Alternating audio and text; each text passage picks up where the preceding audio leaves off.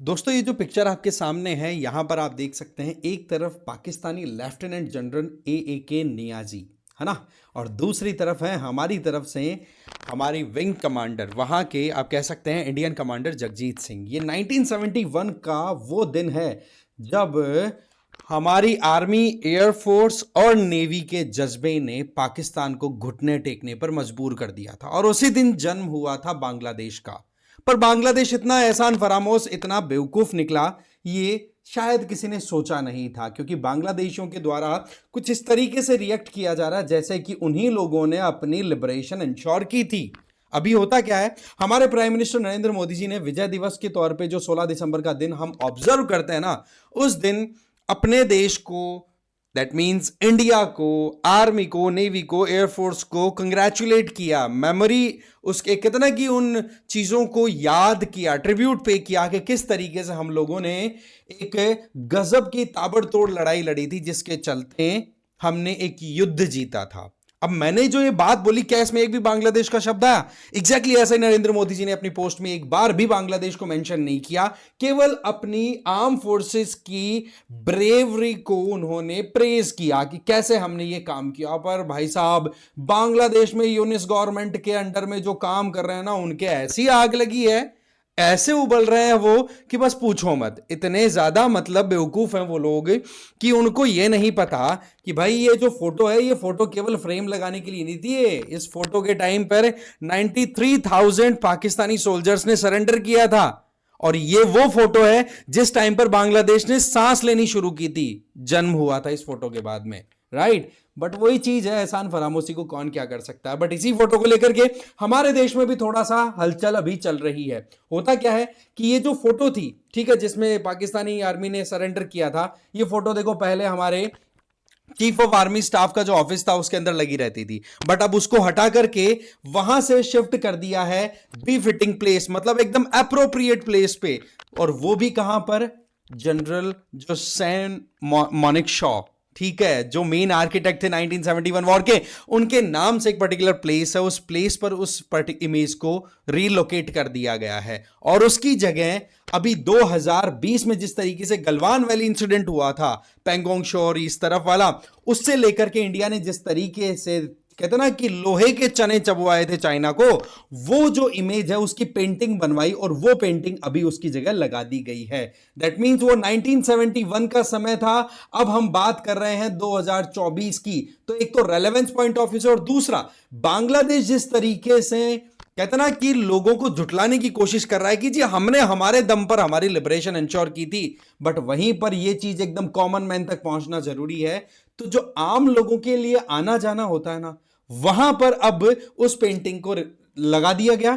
और उस पेंटिंग की जगह जहां पर पहले वो पेंटिंग लगी हुई थी, है ना, आर्मी चीफ के जो साउथ ब्लॉक में उनका ऑफिस है, वहां पर ये वाली पेंटिंग लगा दी, जिसमें आप देख सकते हैं कि ऊंचे ऊंचे पहाड़, ठीक है, वहां पर इंडियन आर्म फोर्सेस की एक तरीके से पूरा बेड़ा, टैंकर्स, साथ ही साथ इधर अर्जुन का जो रथ भगवान श्री कृष्ण चला रहे थे महाभारत के टाइम पे, वो, इसके अलावा चाणक्य, आचार्य चाणक्य, इनकी फोटो, सारा प्रॉपर एकदम से इंडिया का एक इंटीग्रेटेड आइडिया जो है वो वहां पर प्लेस किया। तो इसके चलते इंडिया में भी कहीं ना कहीं इस चीज को लेकर के थोड़े से इश्यूज उठ रहे हैं। बहरहाल हमारे लिए इंपॉर्टेंट यह है कि बांग्लादेश की तरफ से क्या रिएक्शन आया उन जाहिलों की तरफ से। क्यों?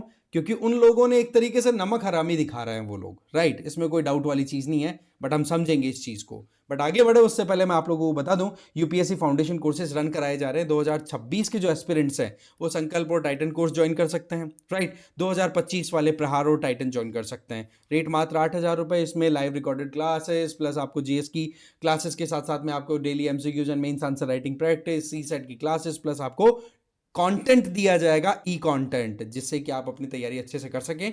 एडमिशन बिल्कुल ओपन है, लिंक डिस्क्रिप्शन बॉक्स में दिया हुआ, चेक कर लीजिए आप।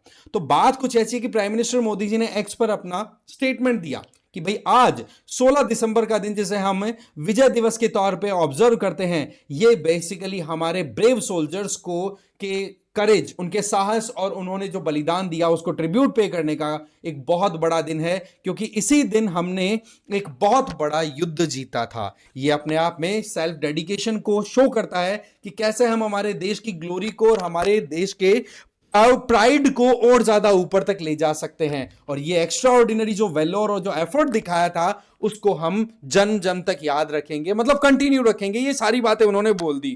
बट भाई साहब इस बात को लेकर के बांग्लादेश में जो आग लगी है जिसकी हद नहीं है, जबकि इस इमेज की सच्चाई को कौन झुठला सकता है भाई। 93,000 सोल्जर्स ने एक साथ सरेंडर किया था, है ना। ऐसा करने में आप देखेंगे इस मॉडर्न वर्ल्ड के अंदर 93,000, 1 लाख ही बोलो यार, 1 लाख सोल्जर्स अगर सरेंडर करते हुए दिखाई दे, कहीं नहीं मिलेगा। ये इकलौता एग्जाम्पल है जहां पर इंडियन आर्म फोर्सेस ने पाकिस्तान को घुटने पे ला दिया था। जिस टाइम पर वेस्ट पाकिस्तान की हुकूमत चलती थी, ईस्ट पाकिस्तानी जो आज बांग्लादेशी हैं उन लोगों को सेकेंडरी ट्रीटमेंट मिलता था, जो आज आंखें दिखा करके बोल रहे हैं इंडिया से कि भाई इंडिया कॉन्स्पिरेसी कर रहा है। अरे भाई तुम्हारे खिलाफ तुम खुद ही कॉन्स्पिरेसी कर लोगे, दूसरों की क्या जरूरत है। अब देखो जी बांग्लादेश की रिएक्शंस देखो। सबसे पहला रिएक्शन तो यहां पर आता है, जैसे ही मोदी साहब का मैसेज गया तो वहां पर बांग्लादेश में यूनुस सरकार के अंडर में एक लॉ एडवाइजर काम कर रहे हैं भाई, आसिफ नजरुल। उनके द्वारा कहा कि हम स्ट्रांगली कंडेम करते हैं, बहुत ही बुरे तरीके से निंदा करते हैं, क्योंकि इंडिया जो है वो इस बात का क्रेडिट लेना चाहता है कि 1971 वॉर उनकी वजह से हमने जीता था। 16 दिसंबर का जो दिन है वो बोला हमने हमारे दम पर जीता था, इंडिया केवल हमारा एक अलाई था। ओ बॉस, अपने दम पर थे तो क्यों रिफ्यूज कर करके आ रहे थे फिर इंडिया में, क्यों बॉर्डर क्रॉस की थी? कम से कम गिरेबान झांक तो लो यार तुम लोग। फिर बात आती है दूसरी कि इंडिया जिस तरीके से स्टेटमेंट दे रहा है, इन स्टेटमेंट से यूं लग रहा है कि इंडिया अभी भी हमारे खिलाफ में साजिशें रच रहा है। ओ भाई तुम्हारा बड़ा भाई वो पाकिस्तान साजिशें करता करता बर्बाद हो गया, अब तुम भी लाइन पर लग जाओ बेटा, ठीक है। यहां पर क्या स्टेटमेंट दिया कि अभी देखो वहां पर एंटी डिस्क्रिमिनेशन स्टूडेंट मूवमेंट का लीडर है हसनत अब्दुल्ला, वो भाई कह रहा है कि भाई वो है जिसने चिन्मय कृष्णदास, जो कि आपको पता ना इस्कॉन टेंपल को रन करा रहे थे, उनको फांसी की सजा देने की बात कर रहे थे, और ये विजय दिवस जो है वो केवल बांग्लादेश का है, ऐसी बातें करते हैं।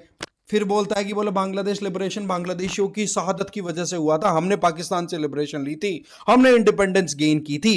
इंडिया की तरफ से जो स्टेटमेंट आ रहे हैं वो अभी भी कहीं ना कहीं हमारी इंडिपेंडेंस, सॉवरेनिटी और टेरिटोरियल इंटीग्रिटी के ऊपर खतरा साबित सा होता हुआ दिखाई पड़ रहा है, तो हमें इंडिया से बड़ा अलर्ट रहना पड़ेगा।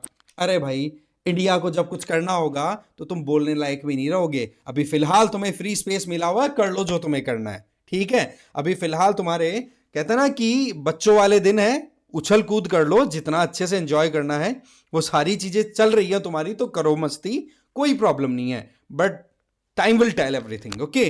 फिर उसके बाद में एक और बहुत ही इंपॉर्टेंट पर्सनैलिटी वही पाकिस्तान बांग्लादेश की तरफ से, बीएनपी की तरफ से जो खालिदा जी है ना, उनकी पार्टी की तरफ से, जिनका नाम है यहां पर आप देख सकते हैं इशरक हुसैन, उनके द्वारा यह कहा जाता है कि इंडियन पीएम का जो पोस्ट है दैट इज कंप्लीटली मिसलीडिंग। मैं बहुत बुरे तरीके से इसकी निंदा करता हूं कि किस तरीके से उन्होंने 16 दिसंबर के दिन को, जो कि बांग्लादेश विक्ट्री डे है, उसको अपनी क्रेडिट अपने लोगों के लिए बोल दिया। बोले ये तो हमारी लिबरेशन वॉर थी, हमने हमारी लड़ाई लड़ करके यह सारा मामला सेटल किया था। अरे भाई अगेन वही बात, इनको कौन समझाए कि तुम कैसी बातें कर रहे हो, ये बोलने लायक आज तुम हुए हो तो उसके लिए 1971 में क्या सिचुएशन थी। और अगर तुम्हें ऐसा लगता है कि तुम खुद की अपनी लड़ाई लड़ सकते हो तो भाई लोग एक काम करो, आप है ना अपनी बॉर्डर्स को क्रॉस करके इंडिया की तरफ आना बंद कर दो। क्यों आते हो इलीगली, क्यों पूरे देश के अंदर फैले हुए हो? वो तो ठीक है अब सरकार काम करना स्टार्ट कर चुकी है, बट आप अपने घरों में रहो ना, जब इतनी आपको इतना कॉन्फिडेंस अपने आप के ऊपर,